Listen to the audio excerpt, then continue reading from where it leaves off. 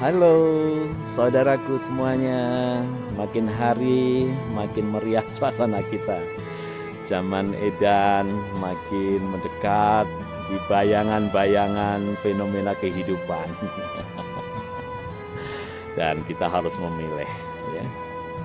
Sebab pernah dikatakan oleh pujangga Jawa, adanya zaman edan, kalau tidak edan nggak keduman.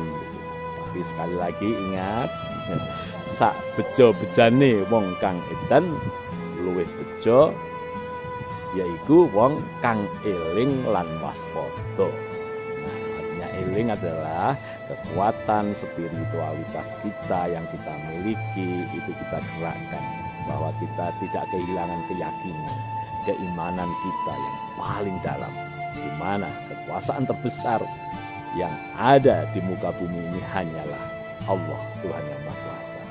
Nah, waspada itu artinya kita punya kehati-hatian menyikapi berbagai situasi kondisi. Jangan terpengaruh, apalagi terjebak ya.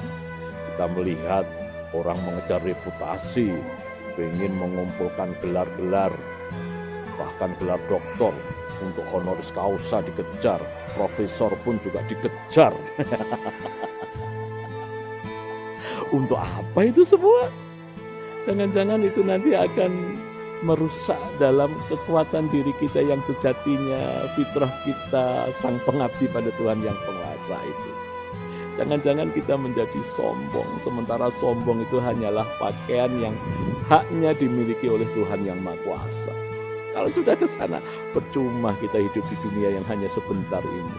Sementara di akhir kehidupan kita, di ujung nanti yang sangat panjang, yang tidak terbatas itu, kita berbalik jauh dari kebahagiaan.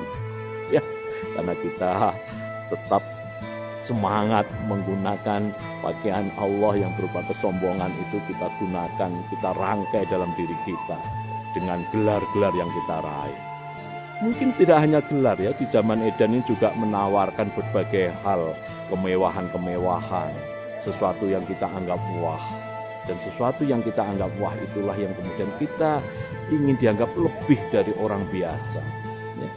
Dari situ hati-hati, orang bukan berarti tidak boleh kaya, tidak boleh hebat, tidak boleh menduduki jabatan, apapun berlama-lama boleh ya. Tapi yang terpenting bahwa pada saat kita pada posisi semacam itu, jangan lupa ya, jauhkan diri kita dari kesombongan. Jauhkan diri kita dari rangsangan-rangsangan ingin terus-menerus ya, yang pada akhirnya merusak pribadi kita, yang pada akhirnya merusak reputasi kita, karena kita dianggap sebagai orang yang haus akan kebutuhan material itu, entah itu jabatan, entah itu harta dan sebagainya, yang ini menandai bahwa nafsu kita tidak bisa kita kendalikan. Aduh, sedih sekali. Padahal derajat hidup yang mulia itu, kekuatan yang pertama yang harus kita utamakan adalah mengendalikan nafsu diri. Mengendalikan nafsu diri. Itu tidak mudah, tapi harus kita lakukan. Itu seperti perang besar, bahkan perang besar dari jenis perang apapun, yaitu memerangi nafsu diri sendiri ini. Kadang kita sulit untuk bisa menggerakkan nafsu kita yang lebih tentram, lebih damai, lebih tenang, lebih terkendali. Tapi apapun, ini pilihan hidup. Ya, ini pilihan hidup. Tuhan yang Maha Kuasa, Allah telah memberikan pilihan pada kita. Mau hidup bahagia, ujungnya akhirat, atau mau sebaliknya, ujungnya adalah neraka.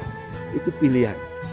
Dan kalau kita bijak, kita cerdas, kita tahu fitrah diri kita, tentu kita ingin mencari jalur hidup untuk mencari kebahagiaan itu, kebahagiaan sejati.